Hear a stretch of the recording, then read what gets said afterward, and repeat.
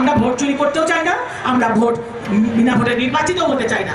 আমরা চাই যুদ্ধ করে লড়াই করে জিততে। ভোট যেন কেউ চুরি করতে না পারে। জনগণের ভোটের দ্বারাই জনগণের সরকার প্রতিষ্ঠা হবে। কষ্ট করে আপনারা ভোট পর্যন্ত মাঠে থাকবেন, কারণ এইবার যদি সেরকম না হয় যে দিনের ভোট রাতে হয়, কেউ সেই সুযোগটা দিবেন না।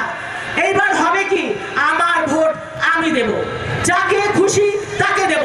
আপনার যাকে পছন্দ তাকে দিবেন, কিন্তু আপনার নিজের ভোটটি আপনি নিজে দেবেন। ভোট যেন কেউ চুরি করতে না পারে। 2018-তে আমিও একজন ক্যান্ডিডেট ছিলাম। আমি ভোট কেন্দ্রে গিয়ে দেখি আমার ভোটও দেওয়া হয়ে গেছে। সে কোন দেশে আমরা বসবাস করি যে আমার ক্যান্ডিডেটের ভোটও দেওয়া হয়ে গেছে? সেই সুযোগটা আপনারা দেবেন না, একেবারে ধরে ফেলবেন ওইখানে।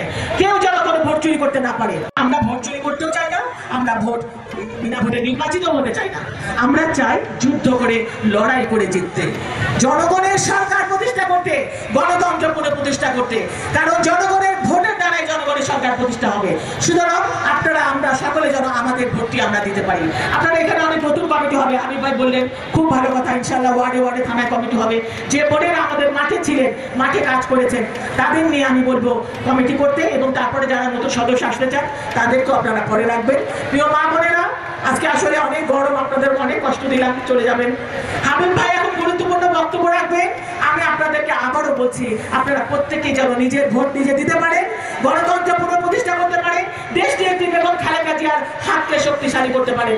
তাহলেই আমরা কিন্তু জয়ী হতে পারবো। কারণ এই 15টা বছর দেশ নেত্রী বেগম খালেদা জিয়া যুদ্ধ করেছেন আমাদের জন্য, বিশেষ করে নারীদের জন্য। আপনারা জানেন যে ধানের শীষে ভোট দেওয়ার জন্য কিভাবে পারুলকে গণধর্ষণ করা হয়েছিল স্বামীর সামনে, শুধুমাত্র ধানের শীষে ভোট দেওয়ার জন্য। তাহলে আপনারা বুঝেন কোন দেশে আমরা বসবাস করি, যে দেশে আপনার আর যেন কোনো ধর্ষণ না হয়, আর যেন কোনো মায়ের বুক খালি না হয়। আপনারা সে ব্যাপারে সজাগ দৃষ্টি রাখবেন।